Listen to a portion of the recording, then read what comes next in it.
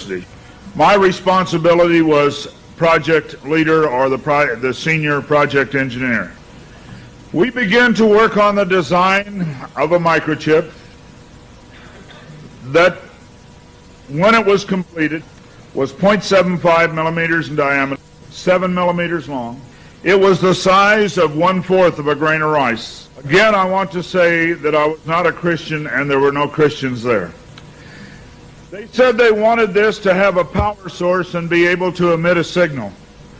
And they told us they wanted us to use lithium as a battery source. Lithium's used in watch batteries, it's used in heart pacemaker batteries, it's used in a lot of places.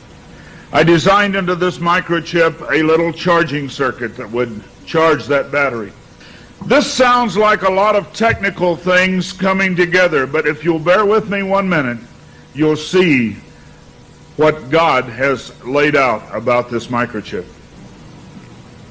When we discovered that we needed to be able to charge that battery, I needed a temperature change, a change in temperature, to cause current to flow through that little charging circuit that would charge the battery. So we began to investigate and find out where in the body does the temperature change the most rapidly. We spent over $1 million in taxpayer money, and when the results came back, there was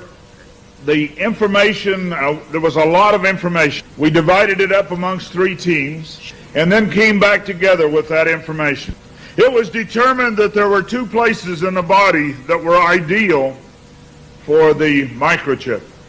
One was just below the hairline on the forehead. Every mother checks their child's temperature right here. So we could have paid the mothers $1 million and saved. I never saw a mother check their child's temperature on their ankle. Always right here. The other place was the hand, the right hand preferred, because most people are right-handed. This didn't bother me, and it didn't bother anybody else on the team. The hand seemed a good place. Nobody wanted it here.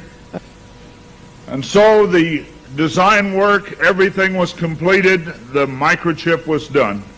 You're seeing it now on some of the Discovery Channel presentations. There are people who have received it already. It is real. It's not something that's coming way down the road. They gave me a Bible. They told me not to read the book of Revelation. They said the book of Revelation is too hard to understand.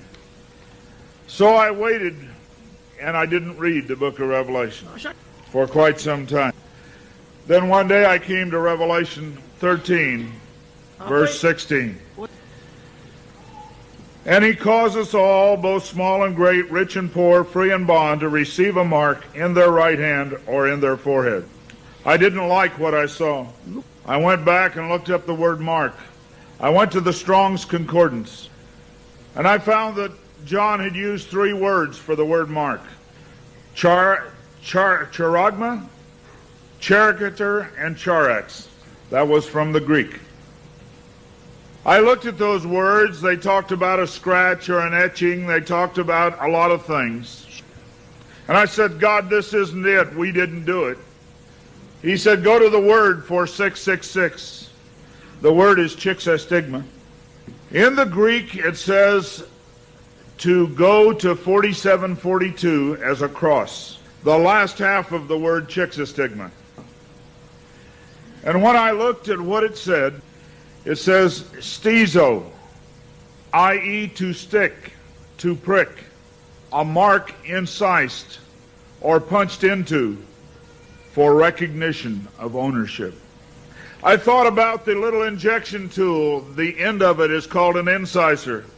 I began to weep and I began to cry, and I said, oh God, what have we done? I couldn't believe that this lined up with what we had developed. And I began to run from God. I didn't run away from the church, I ran into the church. I tried to do as many things as I could to atone for this. But I want to tell you something, as God is my witness here tonight, this got in the way. Money got in the way. I had beautiful homes overlooking the lake. I had all the things that I wanted. And I ran because of the money. My ability to go and get $250,000 in research money took me away from telling the message. I ran for many years. What I want to tell you is that this is real. The microchip implant is real. Credit cards are failing. They can be counterfeited. The new smart card can be counterfeited. They can be stolen. They can be lost. All kinds of things can happen to a card. But you cannot lose your hand. Very quickly they're going to move to this being in the hand. And I tell you, as a Christian, you cannot take this.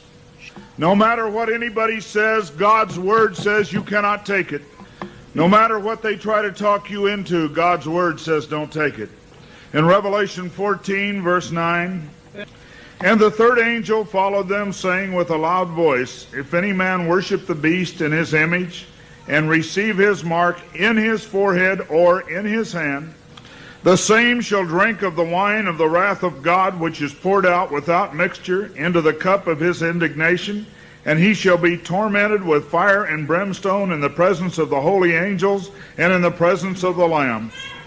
And the smoke of their torment ascendeth up forever and ever, and they have no rest day nor night, who worship the beast in his image, and whosoever receiveth the mark of his name. Here is the patience of the saints. Here are they that keep the commandments of God and the faith of Jesus. It's very simple. God's Word says to do not take it. Today there have been over 15,000 babies that have been given the positive identification, the microchip. Many companies are using the microchip as identification in their top-level employees. The Immigration Naturalization Service has a better passport, the human hand. So many of these things are all around us. We talk about the signs of the New World Order. God has spelled out in His Word just exactly what's going on today in the New World Order. Satan desires to have a one-world government. From the time he fell, he said, I want a one-world government. He wants to replace God. And so we see a government put together by men, a one-world government. The signs of the times are all around us.